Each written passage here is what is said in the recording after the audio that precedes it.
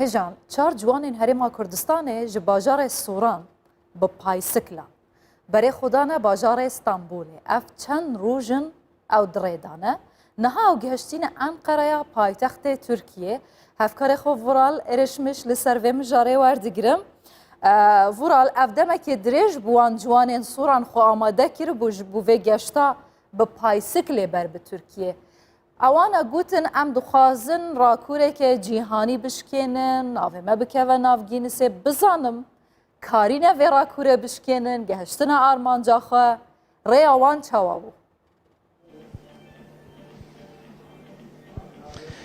بله چار جوانین کرد کو ji Soran dest bi rê kiribûn ev hefteyeke di rê de bûn û îro gehiştin paytexta Tirkiye Enqerê wekî we jî behsî kir û armancî wan cuda ne û xeyalên wan jî hene di virêkî de ez zêde dirêj nekim ez li heman yekser ji wan ciwanan bipirsim berdevkê wan ciwanan pêbû gel min ez bi wî re baxwim ka gelo wan ev hefte çand derbas kirin hûn pêşî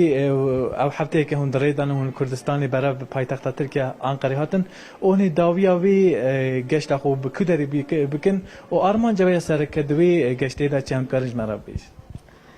پێشەچی بەخێراتتانەکەم لە 21 دەیەوە لە ڕوانزەوە بەڕێکەوتین بەڵێ و وڵاتی تورکیا و ئامانزان بۆ ئەستەمبوڵە دوای حوت ڕۆژ دوانمان بگەینە پایتەختی وڵاتی تورکیا ئەنقەرە سپاس بۆ خوای گەورەکە لەگەڵ هاوکارانم تەواوی بربەستی ڕێگاکانمان بڕی بەڵام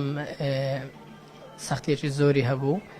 چەند یەک دوو لە هاوکارانم تۆزی تووشی نەخۆشی بوون لە دوای نزیک بنەوەمان لە دەریای ناوەڕاست هەڵکشانی لەکانی سەرما em karin evê ji we birim armanca we ji bo wê geşya wê geştê çi ye û dawiya wê da peyama we ji bo hem ji bo gelê Kurdistanê hem ji bo gelê Tirkiyê çi ye di wê geştê de بەخۆ پێیانمان ئاشتەواییە لە نێوان گەلی کوردستان بڵێن هەرێمی کوردستان و وڵاتی تورکیا و بە کەلتورکردنی پایسکل بۆ ژینگەیەکی پاک و خاوین پاک بتوانین کە لە جەنجاڵی سیارەوە دوور بین.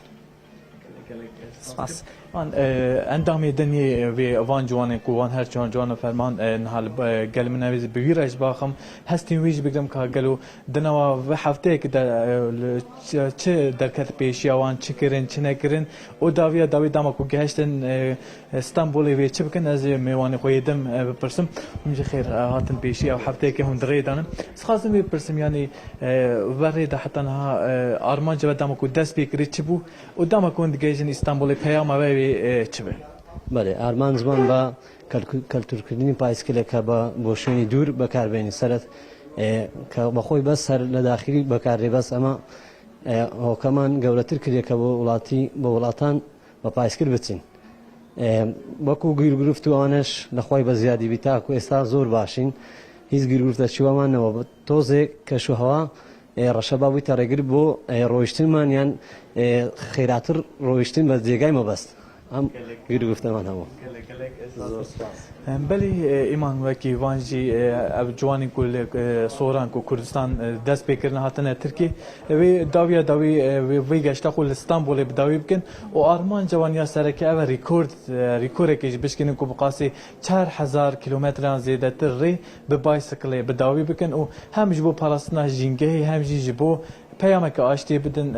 her derê dê wê geşta xwe li Stenbolê bi dawî bikin. Belê hevkarê min Vural êrişmê ji Enqereyê lê ser wan ciwanên herêma Kurdistanê bi paysiklê anha gihiştine Enqereyê zanyarîdan hêj li pêşiya rêya wan bi qasî 8 saetan mane ji Enqereyê heta digehin Stenbolê bi hêviya geşteke silamet ji bo wan û bigihne armanca ku dilê wan dixwaze.